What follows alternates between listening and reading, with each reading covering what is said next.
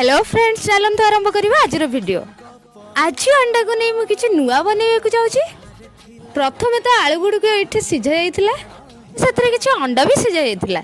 ये अदा रसुण पियाज टमाटो को पेस्ट कर देइथिली। आलू गुड़िक सीझीगला भल भाव में आलू अंडा को मुझे छड़े देइथिली।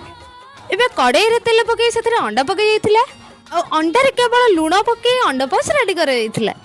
सेही कड़ाई रे तेल हळदी गुंड लुण देई सीझा जाइथिबा अंडा गुड़िक भी भजा जाइथिला। तापर सेही कड़ाई रे पड़थिला तेल किछि जीरा तापर पियाज भल भाव में भाजी सारा पर से पड़थिला लंका गुंड हळदी गुंड तापर बटा जाइथिबा मसला चिकेन मसला गरम मसला मेथी पत्र धनिया पत्र पकई भल भाव में गोला जाइथिला। मसलाटी भल भाव में कषाई सारा पर से सीझा जाइथिबा अंडा और आलू को पका जाइथिला। एबे दिया जाइथिला पानी। तरकारी भल भाव में फुटिला पर पच होइथिबा अंडा गुड़िक से पका जाइथिला। एबे तो आपण मैंने देखि पारथुवे केते ही सुंदर देखा जाउछ। मु फटाफट नहीं जाइथिले खाइया पई। फास्ट बाइट खाऊ खाऊ खाई मो मन रे गोटे खुशी खेली गला।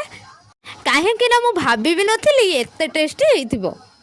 आ हां सांग माने आपन को मो वीडियो केमे लागिला निश्चय कमेंट करी जणेबे। वीडियोटी जदि आपण मानकु भलो लागिছে ताले लाइक शेयर सब्सक्राइब करिया को जमारी भी भूलिबेनी। आजिर खाया तो मोर एइठी सर जाइছে। थैंक यू जय जगन्नाथ।